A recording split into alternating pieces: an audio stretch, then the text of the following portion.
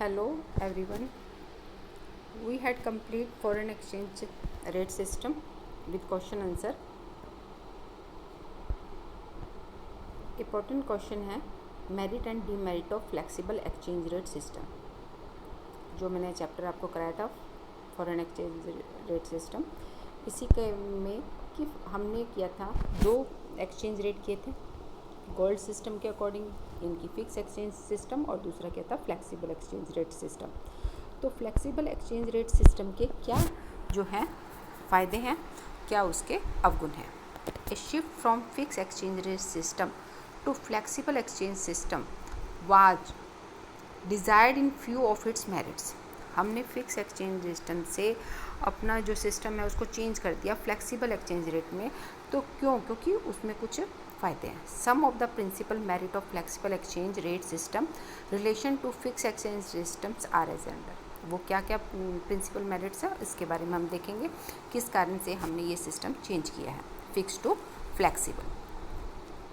First of all, gold reserve are not required. जब flexible exchange rate system हम अपनाते हैं तो उसमें गोल्ड की ज़रूरत नहीं होती है, क्योंकि फिक्स एक्सचेंज जो रेट सिस्टम होता है उसमें हम गोल्ड के अकॉर्डिंग जो है रेशो डिसाइड करते हैं। But in flexible exchange rate जो है वो डिपेंड होता है मार्केट फोर्स पर, तो इसीलिए इसमें गोल्ड रिक्वायर्ड नहीं होता। सेकंड है international mobility of liquid.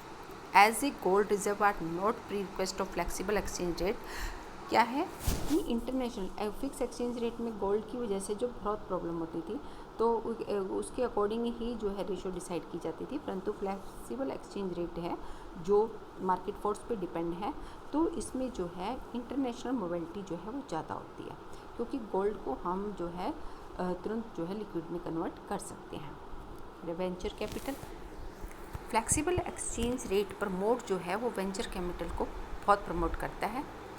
Foreign exchange market में trade in international currency itself has observe important economic activity, क्योंकि हम इंटरनेशनल जो करेंसीज़ है उसका भी एक्सचेंज कर सकते हैं। इसमें भी मनी मार्केट में इसका बहुत ज़्यादा ग्रोथ है, और इसकी वजह से जो बिज़नेस एक्टिविटी है और जो बहुत ज़्यादा इंक्रीज होती है, तो वेंचर कैपिटल भी हम कर सकते हैं। फोर्थ पॉइंट आता है optimum reserve allocations. Flexible exchange rate system जो है वो लीड करता है इक्विलिब्रियम को। जैसे मैंने पार्ट 2 में आपको बताया था कि equilibrium, increase in demand and decrease in demand and supply. तो सप्लाई जो हमारी कांस्टेंट है, तो जो हमारा इक्विलिब्रियम पॉइंट कहाँ आता है, जब डिमांड इक्वल टू सप्लाई होती है। तो हम equilibrium exchange rate different currency का देख सकते हैं, और इसके कारण जो है हमारे रिसोर्सेज जो different countries of the world के अंदर होते हैं, तो वो भी सही तरीके से एफिशिएंट और ऑप्टिमम यूटिलाइजेशन होता है। इसीलिए फ्लेक्सिबल एक्सचेंज रेट जो है यूज़ किया जाता है। नाउ बट इन सब बातों को देखते हुए भी flexible exchange rate system is not free from demerit, परंतु उसमें भी डीमेरिट होती है। सम्स नोटेबल, कुछ नोटेबल है, जैसे market instability and uncertainty of investment. Flexible exchange rate में क्या सिस्टम होता है मार्केट फ्लोज के, क्योंकि हमें मालूम है कि इंक्रीज इन डिमांड है, डिक्रीज इन डिमांड है, तो न्यू इक्विलिब्रियम पाने के लिए हमें सप्लाई के अकॉर्डिंग आना डिमांड को सप्लाई के अकॉर्डिंग आना पड़ता है, तो उसके लिए जो रेट है वो अप डाउन होते हैं। तो इसकी वजह से क्या होता है, इंस्टेबिलिटी, अस्थिरता पैदा हो जाती है, तो उसकी वजह से पैसा इन्वेस्ट करने में बिजनेसमैन को रिस्की लगता है, तो ये प्रॉब्लम होती है। Second, stable monetary policy not possible, और एक स्टेबल यानी कि स्थिर जो मॉनेटरी पॉलिसी अगर सरकार करना चाहे IMF, तो वो नहीं कर पाती है, क्योंकि it become difficult for the central bank, क्योंकि सेंट्रल बैंक के लिए बहुत ज़्यादा डिफ़िकल्ट होता है, प्रॉब्लम क्रिएट कर देता है कि वो पॉलिसी नहीं बना सकती, क्योंकि जैसे ही डिमांड इंक्रीज़ या डिक्रीज़ होगी तो उसी के अकॉर्डिंग जो है प्राइस एक्सचेंज रेट जो है कम या ज़्यादा होंगे, तो इसकी वजह से पॉलिसी जो है नहीं बन पाती है। इंटरेस्ट रेट जो है डोमेस्टिक इकोनॉमी के अंदर चेंज होते रहते हैं। फिर सेकंड पॉइंट है bilateral trade agreement become difficult. Day to day fluctuations in exchange rate become bilateral trade agreement a difficult exercise.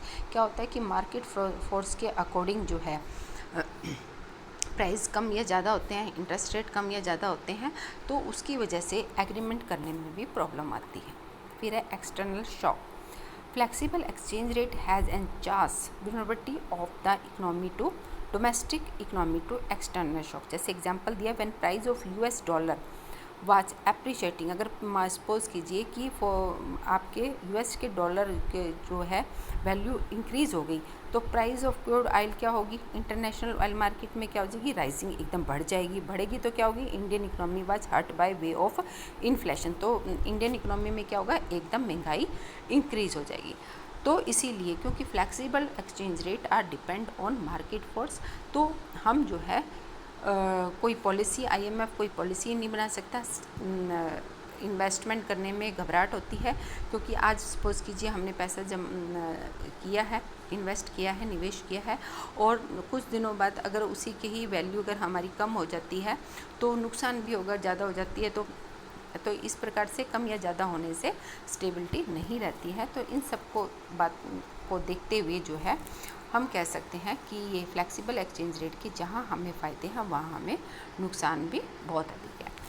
तो आज ये चैप्टर है कंप्लीट हो चुका है। ओके, तो संडे को आप कंप्लीट प्रीवियस वर्क कंप्लीट कर लीजिए। मंडे को जो मैं आपको नेक्स्ट चैप्टर सेंड करूँगी।